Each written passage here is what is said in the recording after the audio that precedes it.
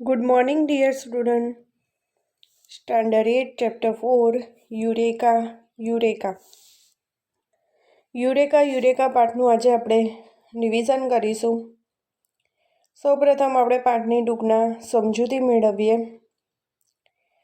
Eureka પાઠમાં રાજા હિરોનાના દરબારની વાત કરવામાં આવી છે કે રાજા હિરોના એ પોતાના રાજ્યાભિષેકનો વાર્ષિક દિન ઉજવવાનો હતો. એના માટે તૈયારીઓ કરી રહ્યા હતા. એમાં રાજાના દરબારના દરેક માણસો આ કામમાં જોડાયેલા હતા. રાજા હિરોના પોતે પણ દરેક કાર્ય પર દેખરેખ રાખતા હતા. એટલામાં એક કારીગર ત્યાં રાજા રાણીના દાગીનાનો થાળ લઈને આવે છે. રાજા દાગીનાઓ જોઈને ખૂબ જ ખુશ થઈ જાય છે અને પેલા કારીગરને શાબાશી આપે છે. તેવામાં રાજાની નજર પેલો કારીગર જે રેશમી રૂમાલ ઢકેલો હતો એ ખોલે છે અને તેમાં પોતાનો મુગટ જોવે છે. તો એ મુગટ જોઈને ખૂબ જ ખુશ થઈ જાય છે અને રાજા હિરોના નાચી ઉઠે છે અને કારીગરોને શાબાશી આપે છે. પણ રાજા હિરોનાના દરબારમાં હાજર દરેક વ્યક્તિ પણ પેલા મુગટની વાહ કરે છે કે ખરેખર મુગટ ખૂબ જ સુંદર છે. અને એ દરબારમાં મહાન વિજ્ઞાની એવા આર્કિમિડીઝ પણ દરબારમાં હાજર હતા. તેમને પણ એ મુગટ ખૂબ ગમ્યો. એમણે રાજાને સહજતાથી પૂછ્યું કે આ મુગટ કેટલા તોલાનો છે. ત્યારે રાજાએ ઉત્તર આપવા માટે મોં ખોલ્યું. એ જ સમયે એમને એક વાત યાદ આવે છે, જે વાત એમના પિતાએ રાજા હિરોનાને કહી હતી કે આ દુનિયામાં એવો કોઈ કારીગર પેદા નથી થયો જે સોનાનું માપની તોલમાં ચોરી કરતો હોય, એટલે કે ભેળસેળ કરતો હોય.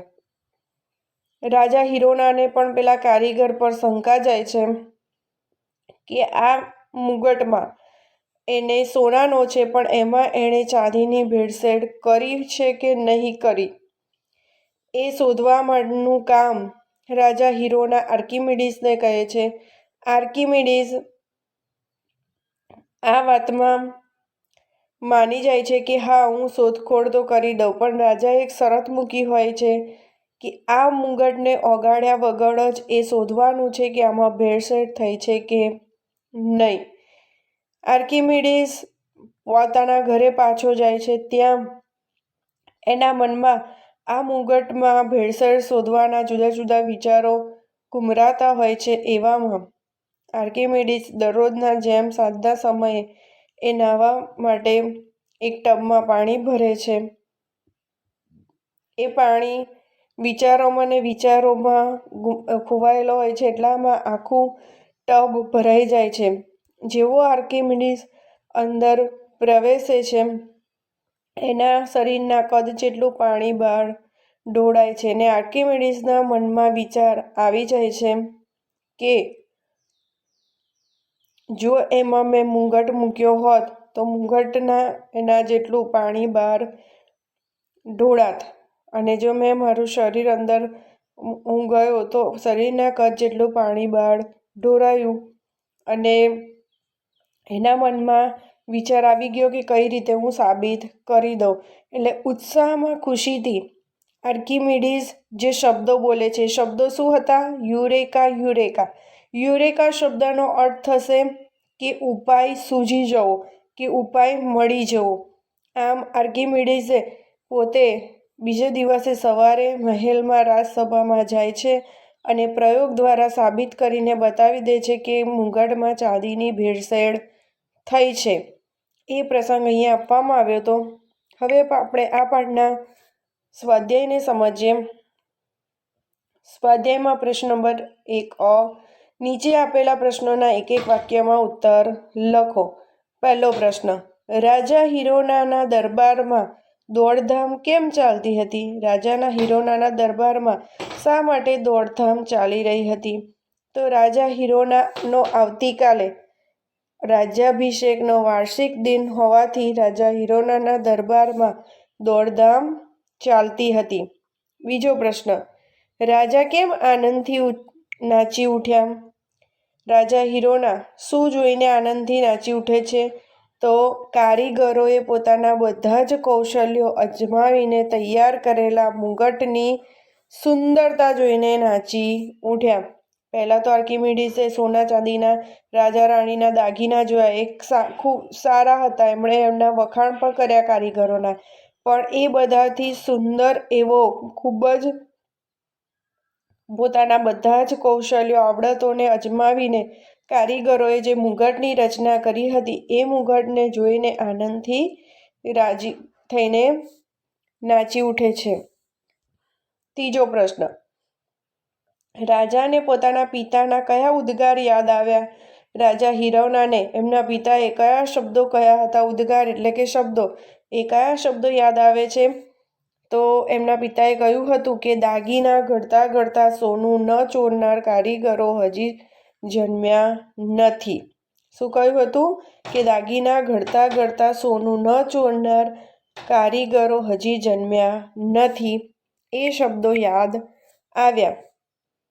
ચોથો પ્રશ્ન, આર્કિમીડીસે પ્રયોગ દ્વારા શું સાબિત કર્યું? તો આર્કિમીડીસે દરબારમાં જઈને પ્રયોગ કરીને સાબિત કરી દીધું કે મુંગટમાં ચાંદીની ભેળસેળ થતી. શું સાબિત કરી દીધું? મુંગટમાં ચાંદીની ભેળસેળ હતી. ત્યાર પછી આ વિભાગ નીચે આપેલા પ્રશ્નોના સવિસ્તાર ઉત્તર લખો. પહેલો પ્રશ્ન, મહારાજાના રાજ્યાભિષેકના વાર્ષિક દિનનું વર્ણન કરો. રાજા હિરોનાનો વાર્ષિક દિન ઉજવવાનો હતો, એના ભાગરૂપે કઈ કઈ તૈયારીઓ થઈ રહી હતી એની વાત કરવાની છે. તો મહારાજા હિરાનાનો આવતીકાલે રાજ્યાભિષેકનો વાર્ષિક દિન હોવાથી મોટા પાયે ઉજવણી કરવા માટે મહેલનો પ્રત્યેક વ્યક્તિ કામમાં જોડાયેલો હતો અને એ કામની દેખરેખ રાજા પોતે પણ રાખતા હતા. એટલામાં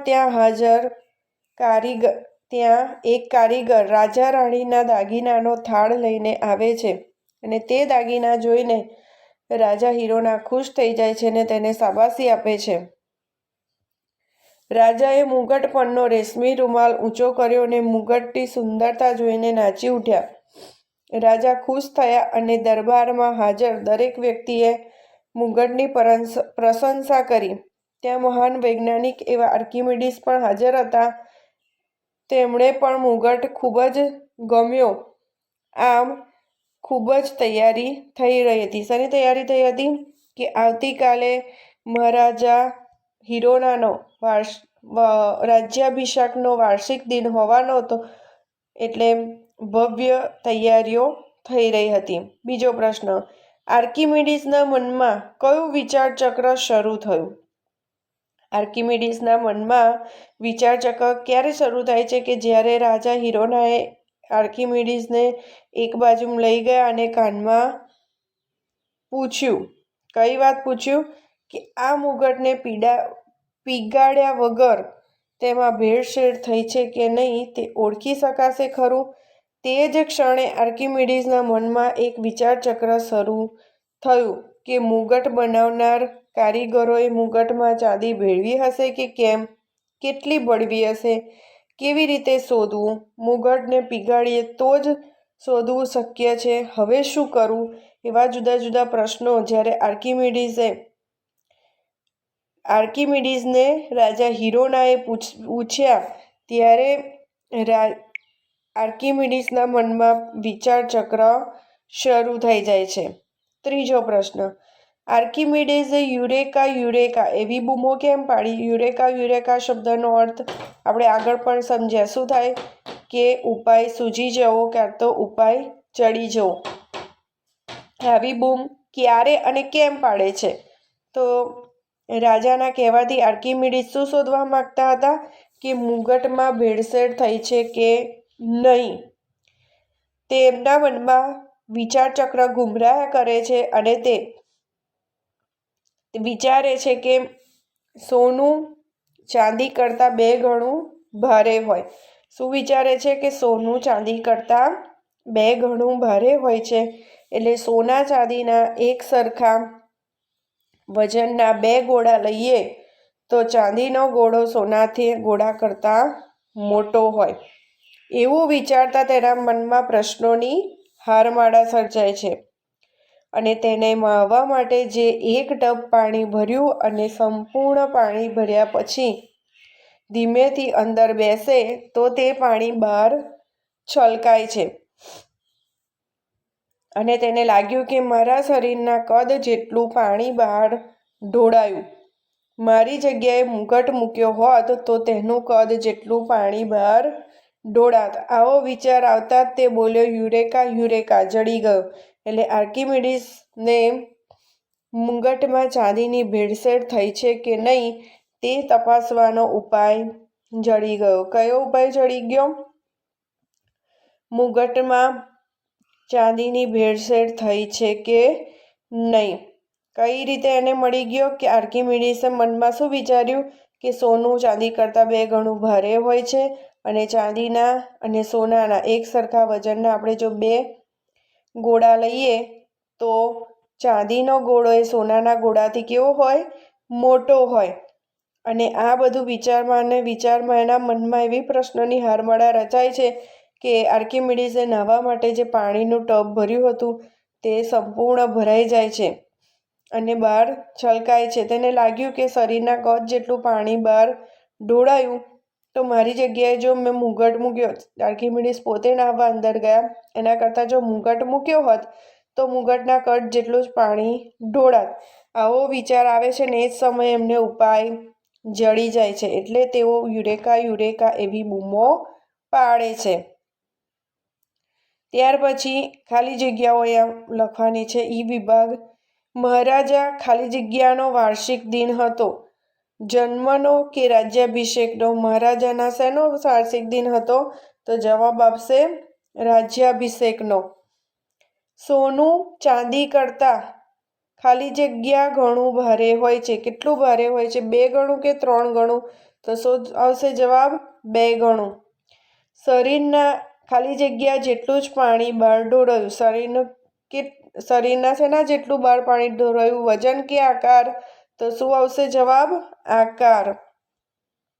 આર્કિમીડીસે બૂમ પાડી. ખાલી જગ્યા. આર્કિમીડીસે કઈ બૂમો પાડી? દોડો દોડો કે યુરેકા, યુરેકા? તો આર્કિમીડીસે યુરેકા, યુરેકા બૂમો પાડી. ત્યાર પછી વ્યાકરણ આપેલું છે. વ્યાકરણમાં સમાનાર્થી શબ્દો. અહીંયા સમાનાર્થી શબ્દો લખવાના છે. પ્રત્યેક. પ્રત્યેક શબ્દનું સમાનાર્થી શું થશે? બધા કે સૌ. પ્રશંસા. પ્રશંસા શબ્દનો સમાનાર્થી થશે સ્તુતિ કે તારીફ. તુલના. તુલના શબ્દનો સમાનાર્થી થશે સરખામણી. શરૂઆત. શરૂઆત શબ્દનો સમાનાર્થી થશે પ્રારંભ. આકાર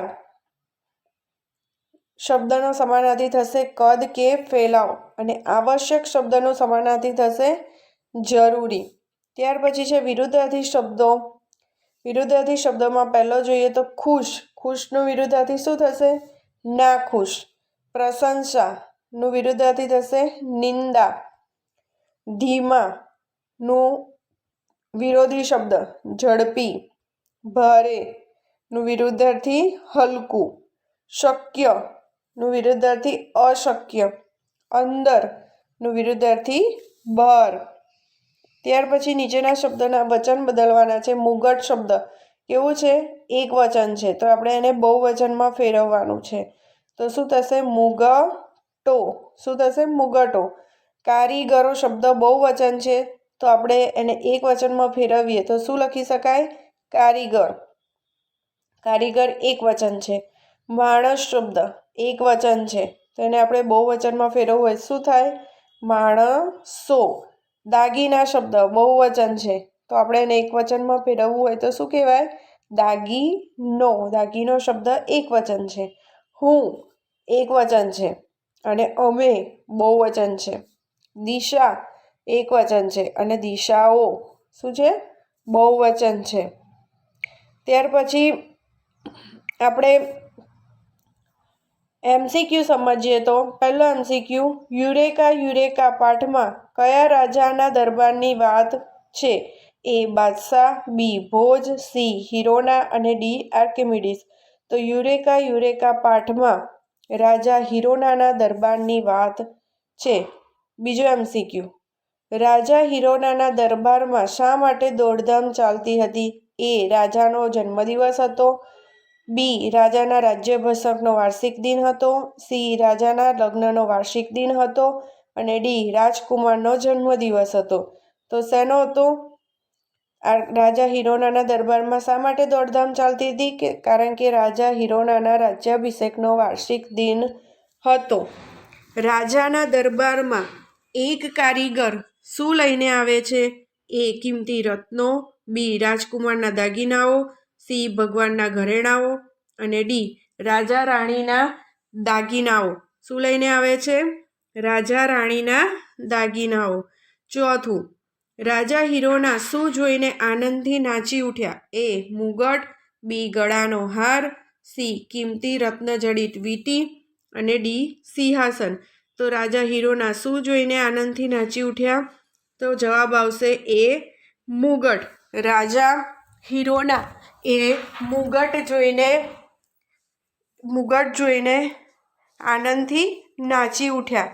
પાંચમું, રાજાના દરબારમાં દરેક વ્યક્તિના મુખે શેની ઉત્તમ કારીગરીની પ્રશંસા થતી હતી?